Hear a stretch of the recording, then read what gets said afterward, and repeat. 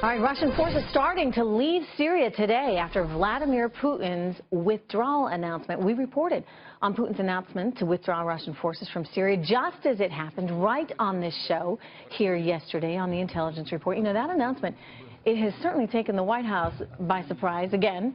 Don't forget, Putin also caught the Obama administration off guard when he initially launched those airstrikes in Syria. Joining me right now with his analysis of the situation is political commentator and author of Winter is Coming: Why Vladimir Putin and the Enemies of the Free World Must Be Stopped, the most famous chess player in the world, Garry Kasparov. Good to see you. Thanks for inviting me. So I was saying, you know, this news broke at the top of our hour yesterday, and I was pretty surprised. I was pretty surprised. You were surprised as well. I'm not surprised that the White House was surprised. We're used to that. Right. But it is not a great strategic move. You know, Putin entered Syria. It was like a Hollywood-like entry, and it's off-Broadway exit. And when you look at the report, you know, his face, the face of Minister of Defense, especially Minister of Defense, Shoigu, I mean, he was colorless. And also Lavrov, the Minister of Foreign Affairs, was not happy. I think this exit, and it's a hasty exit. Sure. This is not order retreat, because Putin could have sold it, you know, as a very important bargaining chip, negotiating with Obama, with Europeans.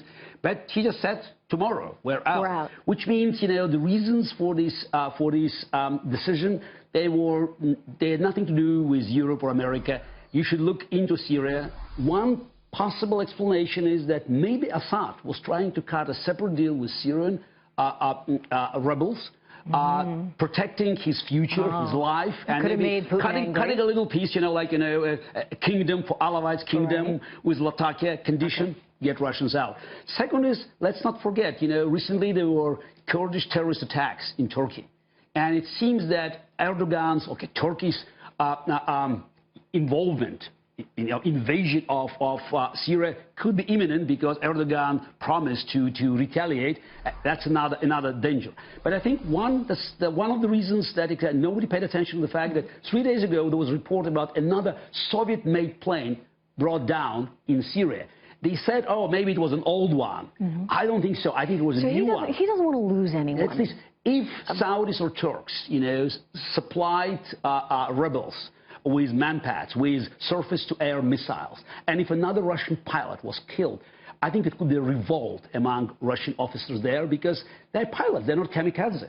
I mean, they're slaughtering civilians, and they know that if rebels got surface-to-air missiles, then every Russian plane will be brought down. So this is a big hit to al-Assad. I mean, Putin was his biggest protector.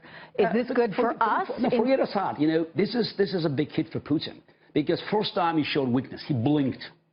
Now, we don't know what will be his next move, because he has to recover. He's desperate now. He has to recover the image of a strong man, so which means he could do something very drastic in Ukraine or elsewhere. But the way it was presented on Russian television, you couldn't help by smelling the panic. I mean, you saw the Putin's face. He was definitely unprepared. You know, normally the big announcements of that type, you know, they made, you know, just with every possible preparation. You know, it was poorly staged. So that's why I think, you know, he made a decision, you know, in some kind of a panic. We'll find out more in the next few days. But again, unfortunately, we don't have, you know, an administration that could benefit from this and to help, you know, Syrians to restore peace and stability in the region. By the way, let's also agree on something. We can establish the fact that Putin lied when he said that the reason to go into Syria was to fight ISIS. ISIS is still there. Sure. And Putin he barely touched them, because less than 10% of Russian airstrikes, you know, hit ISIS. He was there to protect Assad, and whether his mission accomplished or not, we'll find out. Garry, let me ask you about another issue very much in the news these days, and that's socialist Bernie Sanders, who's gaining a lot of steam and a lot of support, especially among millennials here.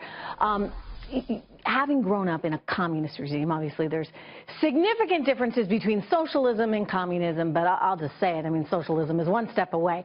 What are your thoughts on his success and the momentum that he has managed to garner up? Unfortunately, there are so many problems in this country now, and that's why people are looking for simple solutions. On one side, you have, you know, Donald Trump, who attacks, you know, the civil liberties. On the other side, you have Bernie Sanders, who is basically denying the validity of the free market.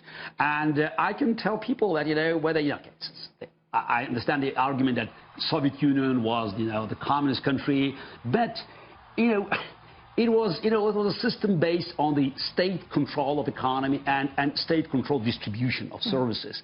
And it's not going to work. And America can't afford to be another Scandinavia or another European country with a lot of, social services offered for free by the state, because America has many other responsibilities. For decades, it protected Europe and the free world against Soviet threat. America has massive military spending, and also America is an engine for innovations. Yeah. Germany doesn't have a Silicon Valley. So and the Silicon Valley, the climate of innovations cannot be mastermind in the socialist run economy. Yeah, no, well put. Garry Kasparov, wonderful to see you, sir. Thank you so much. Good luck with the new book. Everybody should check it out. Garry Kasparov, everyone.